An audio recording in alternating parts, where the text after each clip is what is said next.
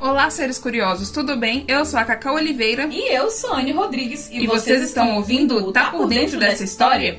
Estamos de volta com a série sobre os mitos gregos dos signos astrológicos. E chegamos ao 9º signo do zodíaco, Sagitário. Acho que retomar a série com o signo Good Vibes do Zodíaco é um bom presságio, não só para esses episódios sobre astrologia, mas para o podcast inteiro. Bom, para quem é novo por aqui, ou para quem deu uma leve esquecida, essa é a série onde contamos o mito grego relacionado aos signos e as semanas em que postamos eles são intercaladas com os episódios avulsos do pod. A cada 2 semanas temos um capítulo falando sobre o signo. E para montar o episódio de hoje, nós utilizamos 3 referências. O livro Sagitário, da coleção Você e a Astrologia, de Bel Hadar. O portal Grécia Antiga. E o site Astrolink. Sagitário é o signo para aqueles que nascem entre 22 de novembro e 21 de dezembro, aproximadamente. Seu signo oposto é Gêmeos, que traz para Sagitário uma capacidade de ver as coisas por perspectivas diferentes e ajuda para que ele não se prenda a fanatismos ou verdades absolutas. Esse signo pertence à qualidade imutável e seus nativos costumam ser amigáveis, aventureiros, honestos, muito otimistas e são amantes da liberdade. Sagitário é regido por Júpiter, pertence ao elemento fogo e a figura que representa ele carrega um grande simbolismo. O centauro, metade homem, metade cavalo, traz a ideia daquilo que está preso à terra e às coisas materiais por sua parte animal. E por outro lado, com sua metade humana, traz a noção da busca pelo desenvolvimento da mente, uma característica que é bem perceptível nos nativos desse signo, que tem muita conexão com a intelectualidade. Como já dissemos antes na série, cada signo do zodíaco pertence a um elemento, que reflete características específicas de sua natureza em cada um. O elemento fogo, por exemplo, apresenta de uma maneira geral uma energia que vitaliza, irradia e fortalece. Em Áries, o fogo está presente de forma jovem, impetuosa, generosa, mas às vezes cruel. Em Leão, ele alcança o seu ápice, com vitalidade, benevolência, porém com uma carga igualmente perigosa no seu lado negativo. Já em Sagitário, o fogo alcança seu amadurecimento. Já não é mais tão violento, é moderado e por isso sua ação é mais construtiva do que nos 2 primeiros. Ou seja, em comparação a Áries e Leão, Sagitário é mais racional, sensato e objetivo. Até porque Júpiter, o seu planeta regente, é muito voltado àquela ideia de ordem e construção. Aliás, Sagitário está muito ligado à rebeldia e à evolução de ideias, mas é o próprio simbolismo da organização e da ordem. Preza muito pelas regras e pelas leis. Mas fogo não deixa de ser fogo. Então esses nativos podem apresentar um certo toque de ousadia e intensidade, assim como também possuem uma personalidade rebelde, mais dominante, orgulhosa e independente.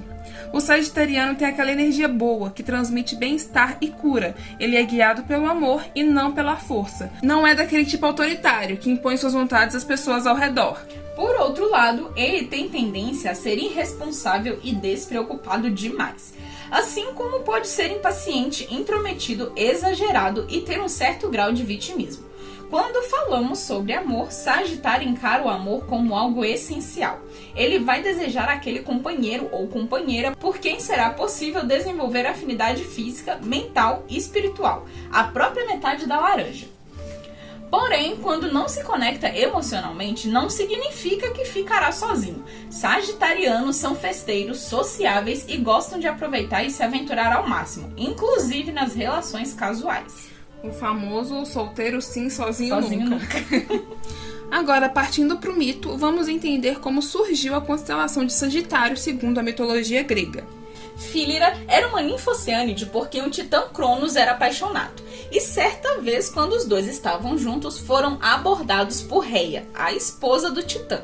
Então, para conseguir fugir dela, Cronos se transformou em um cavalo e galopou pela terra. E ainda nessa forma teve relações com Fílira e por causa disso, o filho dessa união nasceu como um centauro, metade homem, metade cavalo. O nome da criança era Quiron. E diferentemente dos outros centauros, filhos de Ixion, ele não tinha uma natureza selvagem, muito pelo contrário. Quiron era conhecido como o centauro mais justo.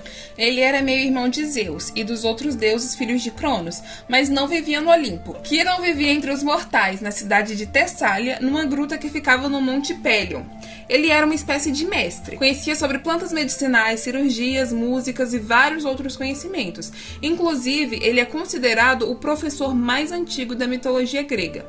Quiron era amigo de muitos heróis e foi professor de alguns deles, como Aquiles, o guerreiro, e Jasão, o líder dos argonautas.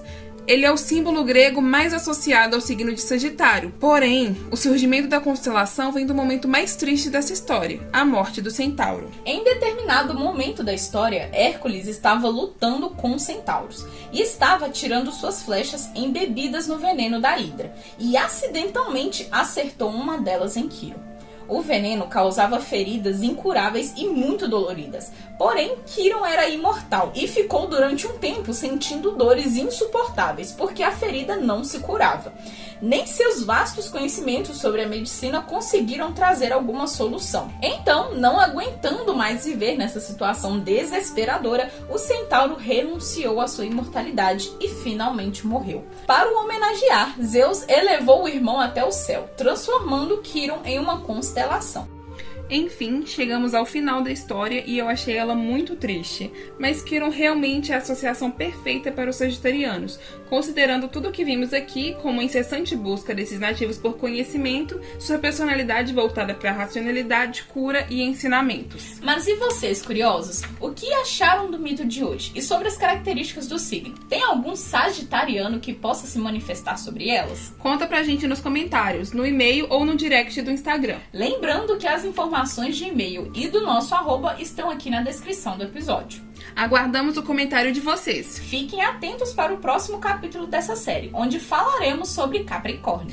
Então, se você pertence a esse signo ou conhece algum capricorniano ou capricorniana, ative as notificações para não se esquecer de ouvir o programa. E para todos os sagitarianos, o episódio de hoje foi para vocês. Um abraço enorme e até o próximo episódio. Esse episódio foi gravado por Carolina Oliveira e Flaviane Rodrigues. Roteirizado por Carolina Oliveira. Editado por Flaviane Rodrigues. E as artes do episódio foram feitas por Carolina Oliveira e Flaviane Rodrigues.